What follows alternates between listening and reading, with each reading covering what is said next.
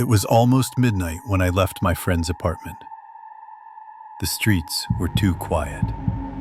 The kind of quiet that makes every step sound wrong. Halfway down the block, I felt it, that strange pull at the back of my neck, like someone was watching me. I turned my head slowly. A man in a dark hoodie stood under a broken streetlight. He wasn't moving, not pretending to check a phone, just facing me. I tried to ignore it and kept walking, but I could feel him behind me, still, silent, focused. I crossed the street, hoping he wouldn't follow.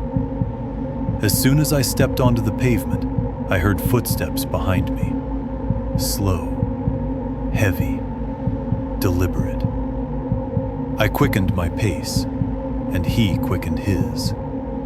My heartbeat pounded so loud, I thought he could hear it.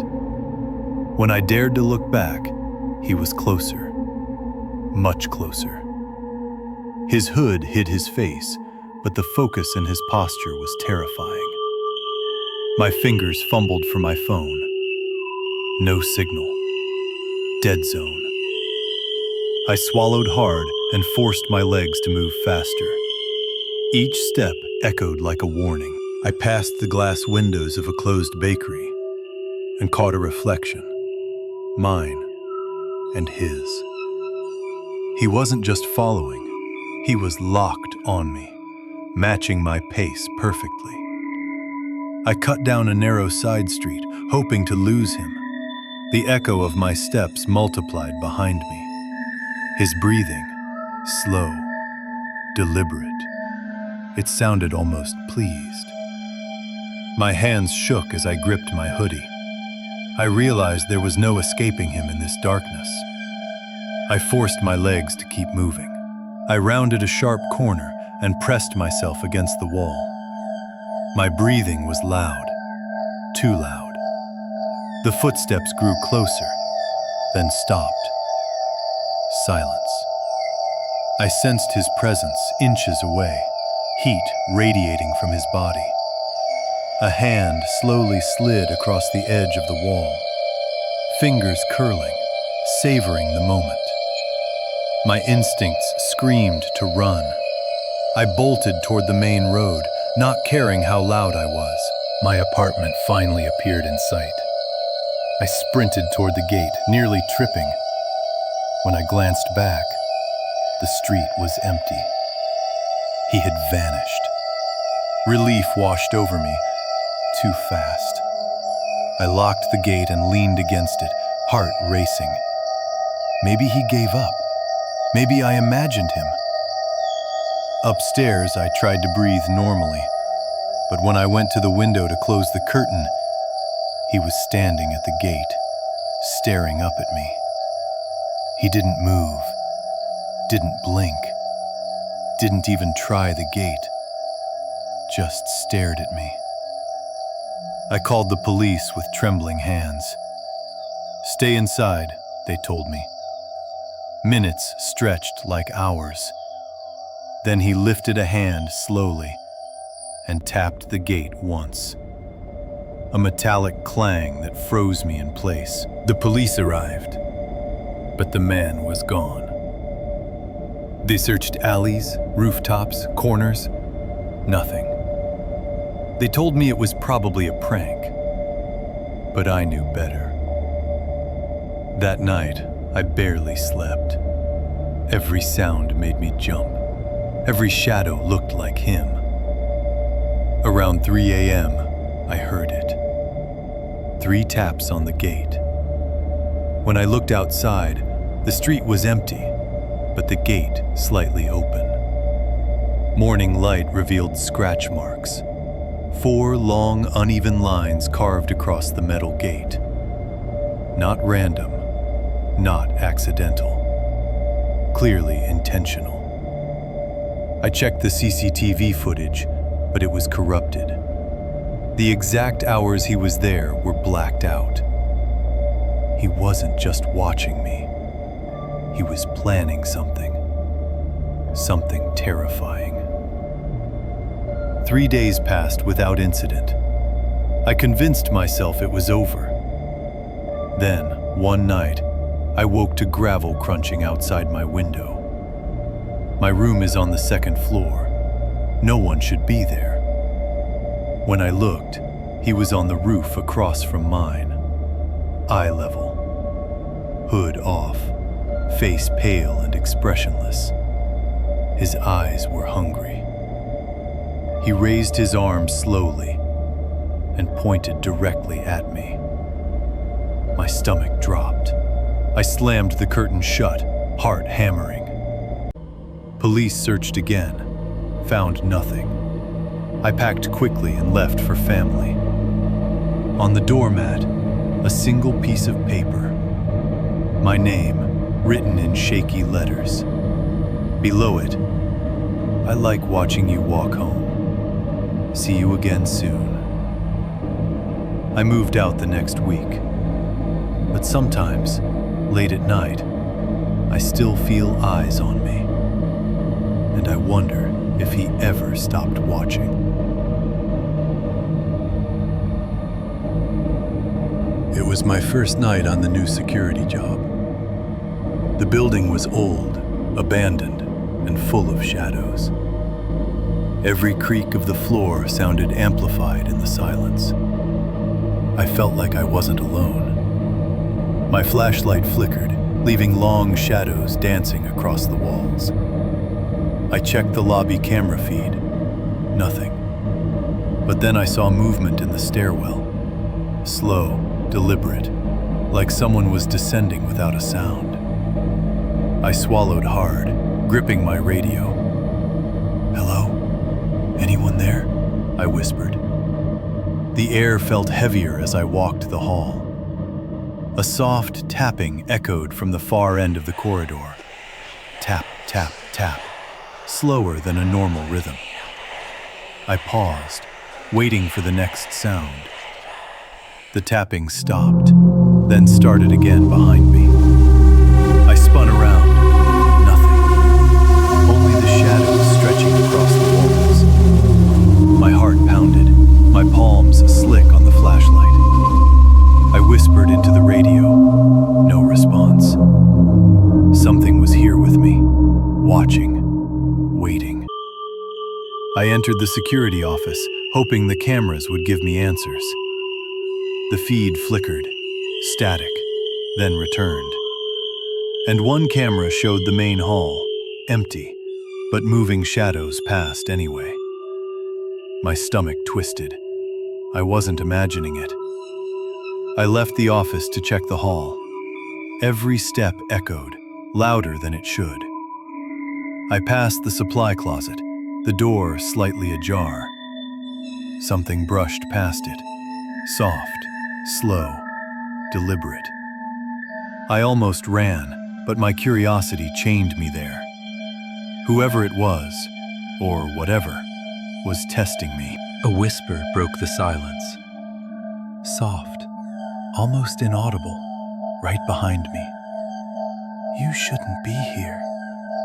I spun around. The hall was empty. My flashlight caught a figure at the end.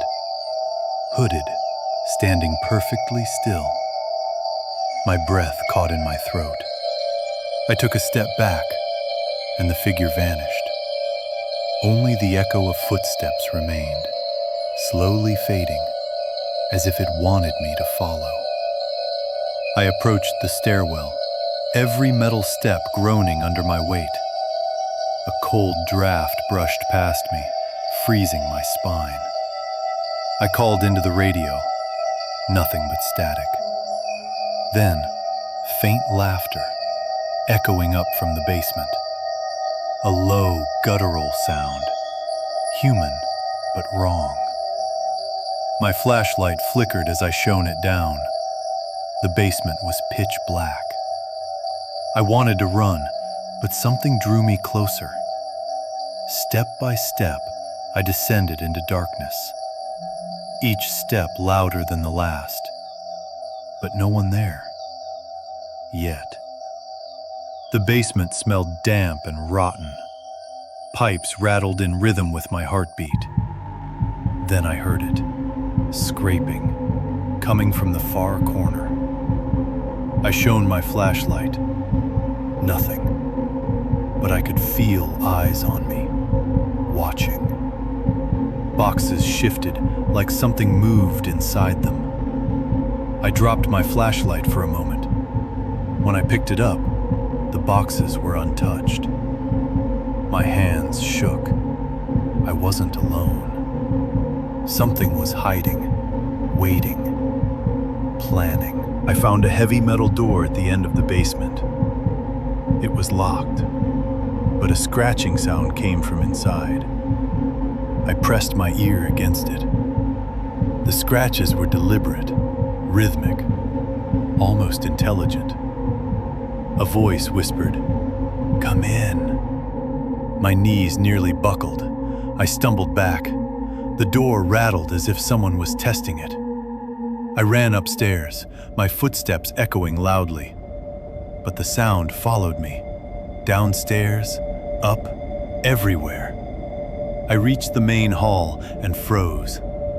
Someone was there, standing in the shadows. I ran toward the exit. Footsteps behind me, fast, relentless. The emergency lights flickered, revealing a pale, grinning face. I stumbled over debris, nearly fell, but I couldn't stop running. Each corridor looked the same, trapping me. The shadow followed, faster than I could move. I had no choice but to hide, in a supply closet, breathing shallow, praying. I peeked from the closet. The shadow moved slowly toward the stairwell. My flashlight slipped from my hand, clattering to the floor. It froze, head tilted, looking right at me. My body was paralyzed. Then a voice, calm, whispering, "You can't leave." Every hair on my body stood on end. I wanted to scream, run, anything, but my legs wouldn't move. I realized it wasn't human, at least, not entirely. I waited until the shadow moved away. Heart racing, I bolted toward the exit. The door slammed behind me with a metallic clang. Outside, the cold night air hit my face. I looked back. The building was silent. But in the window above, a pale face stared back, grinning. I ran to my car, trembling. Never looked back until I was miles away. I quit the job the next day, and sometimes, late at night, I dream of the shadow, waiting, watching.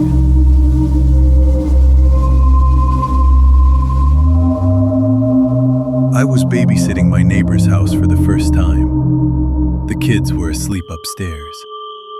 The house felt bigger than it looked. Every creak echoed too loudly. I told myself it was just my imagination. But when I went to check the living room, the front door was slightly ajar.